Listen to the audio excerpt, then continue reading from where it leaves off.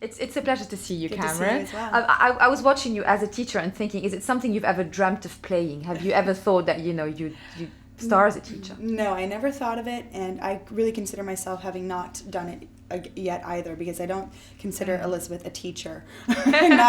not in the sense of an academic teacher, anyhow. No, it's true, but she does learn and teach a couple of things. She teaches life lessons. Yeah. Yes.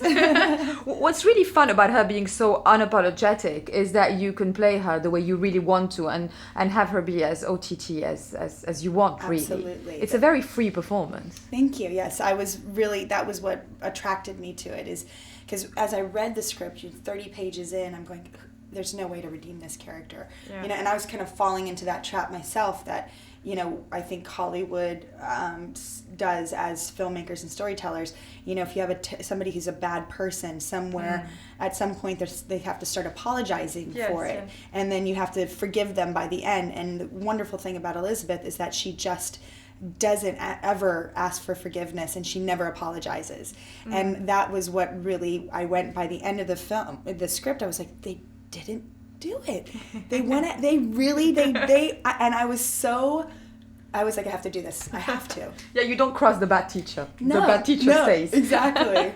Yeah, no, that's really fun because it's also unusual and it brings the comedy to it. So do you feel the comedy from when you read a script? Obviously, there's your talent as a comedian yourself, but does it have to feel comic for you too? If you're reading a script that's meant to be a comedy and you're not laughing, Yeah, then it's not a comedy.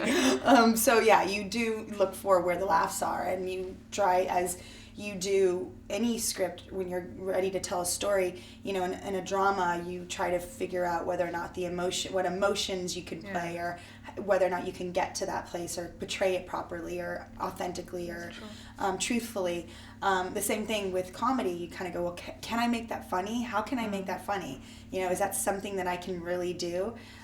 So as I'm reading the script and I'm thinking, wow, there's so many situations that are just so absurd that you don't really have to do much in it. You just have to show up. That's true. Because the situation is so absurd as it is. And with Elizabeth, I also didn't want to fall in the trap of trying to make the words that she say seem at all like she knew what she was saying. I wanted it to be just really blunt, you know what I mean? Not her, there was no flourish to it. She was just very straightforward. Didn't care how it came out of her mouth, didn't care how it landed on the other person and what the consequences were. She had no conscience for any repercussions. Totally raw. Yeah.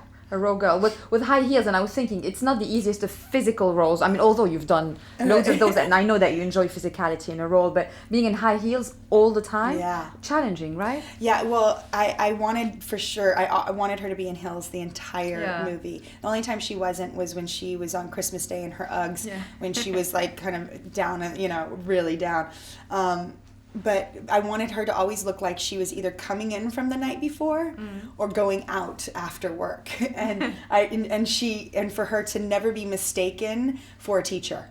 Very true. She looks anything but. She doesn't want anybody to think that she actually belongs there. You know what I mean? So the heels were a big part of that. No, absolutely. But those were my I lived in those shoes, so they're kind of like my sneakers. They're they got very comfortable, so it wasn't hard during the day. I'd take them off and give my feet a little bit of rest, but I wore them in really well. Well, good. Yeah. It's a good consumption of a good pair of shoes, which reminds us of another movie in her shoe, which I enjoyed very much. Thank you. The movie's about also motivation. So what's always motivated you in your career? Because it's a hardworking job, although it looks glamorous. You don't get there without motivation. I love my job. I think it's a real true privilege to be able to make movies. So many people aspire to do so, and so few actually get to. And so the fact that I've been able to make movies for as long as that I have, and with the people that I've made them with, I feel that it's just a true privilege and honor. So I go to work every day thinking I'm getting away with something. I have the best job in the world, and I love doing it. And I love the whole process of making movies. from beginning to end, and the relationships that are built, and the fact that I get to put things into the world that people enjoy, and that I get to walk through the world knowing that people have enjoyed them. That's gratifying to me as well. So the whole aspect, the whole experience is very gratifying to me. Okay, thank you very much. Thank you so much. Thank you.